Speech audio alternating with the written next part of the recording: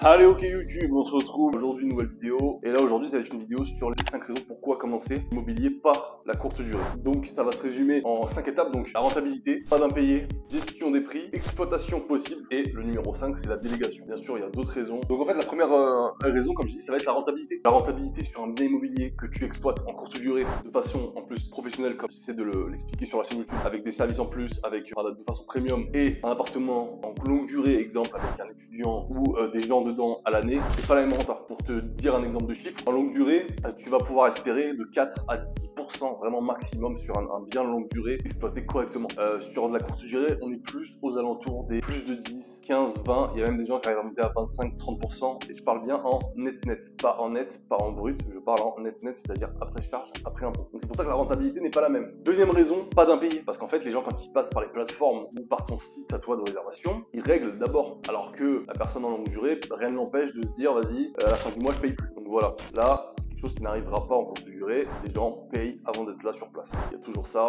et si évidemment, comme j'ai entendu 1000 fois, si les gens brûlent ton appart, cassent des choses, etc., il y a un système de caution à mettre en place, c'est très facile, très rapide, et là pareil, ça refroidit tous les fauteurs de troubles, donc tu auras des gens éduqués et normaux. Donc voilà, pas d'impayé. Troisième point, et très important en tout cas, selon où tu habites, la gestion des prix et des tarifs. Tu t'adaptes aux événements. Exemple, moi je suis sur Nîmes, dans ma ville, il y a des férias, il y a des concerts tout l'été, il y a beaucoup d'événements, même toute l'année, des semi-marathons dans la ville, etc. Il y a des gens qui viennent aux alentours, du coup ils réservent l'appartement pour la nuit, et pour le lendemain il va falloir footing. Et en fait, avec ce système de gestion des prix, tu peux t'adapter à la demande. Exemple, tu sais qu'à la feria, il y aura beaucoup plus de demandes que d'appartements. Et c'est là que c'est intéressant d'augmenter tes prix. Tu sais que ça va être pris. Tu sais que les gens vont payer malgré tout, parce qu'ils sont 2 ou 3, ils viennent pour tel événement, ils se disent bon bah allez c'est parti de l'événement, on va payer le prix qu'il faut payer. Donc ça c'est ultra intéressant, c'est quelque chose que tu trouves pas ailleurs en longue durée par exemple. Quatrième raison, plus d'exploitation possible. Qu'est-ce que je veux dire par là? Parce qu'en fait, on va faire plus simple, on va même parler d'acquisition de clients. Le client il est là, tu peux le rediriger vers plusieurs services. Exemple, comme j'en ai déjà parlé, le minibar. S'il prend des boissons en minibar, c'est une rémunération en plus. S'il loue un véhicule que tu mets à sa disposition,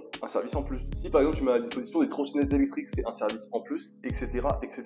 Et tout ça, à la fin, ça fait vraiment boule de neige, ça fait vraiment un gros revenu. Et c'est ça que je voulais dire par plus d'exploitation possible. Voilà, le but c'est pas de voler le client, évidemment, le but c'est d'ajouter de plus en plus de valeur. Et évidemment, quand tu ajoutes de la valeur, il faut payer pour obtenir cette valeur. Donc c'est ça que je veux dire par exploitation. Là, ce qui est intéressant aussi dans une ville, petit conseil comme ça, dans une ville touristique, il y a plein de villes touristiques en France, ce qui est intéressant, moi-même je ne l'ai pas fait, mais ce qui est intéressant c'est de se mettre en partenariat avec un guide touristique de la ville qui connaît la ville par cœur, et les gens vont payer la prestation au guide, mais toi tu vas prendre ta commission au passage. Et ça c'est intéressant de le faire, et comme je dis, ça ajoute de la valeur. Évidemment, tout le monde ne vient pas pour visiter la ville, mais quand tu es dans une ville comme Lourdes par exemple, où il y a des pèlerinages, etc., c'est ultra intéressant à mettre en place, et les gens pourraient se laisser tenter en se disant oui pourquoi pas, toi tu prends ta commission sur cette expérience. C'est des choses qui sont possibles et qui sont intéressantes pour les gens qui viennent. En cinquième point, la délégation. Bon, en longue durée, et dans d'autres façons d'exploiter, c'est exactement la même chose, mais tu peux déléguer aussi en courte durée. Comme j'ai déjà dit, le but, c'est pas de s'inventer un autre métier, un autre travail. Donc voilà, c'est ultra intéressant de passer la main, que ce soit sur les tâches ménagères, sur les services que tu fournis, les bouquets de fleurs, les arrivées romantiques, etc. C'est ultra intéressant de déléguer à terme et de plus avoir à le faire toi-même. Et c'est de l'argent passif, c'est vraiment bien de le faire rapidement, la délégation. Et en numéro 6, et l'un des plus importants, le point numéro 6, c'est que dès que tu as des gros bilans, des gros chiffres, dès que tu vas voir la banque avec des dossiers, bon, moi ils sont là,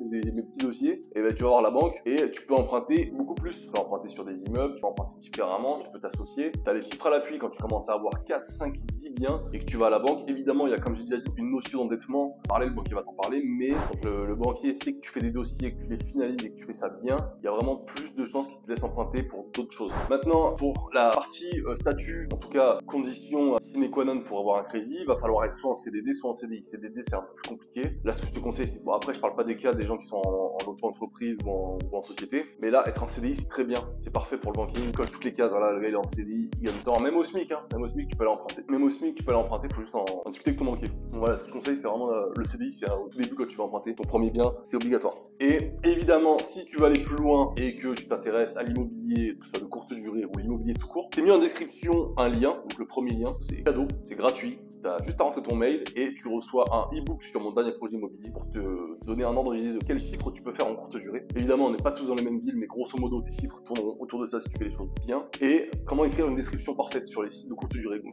c'est valable pour Abritel, Booking, Airbnb. Donc, j'ai mis ça en description, c'est gratuit, c'est de la valeur gratuite. N'hésite pas à t'en servir si tu en as besoin. Nous, d'ici là, on se retrouve dans une prochaine vidéo. Ciao!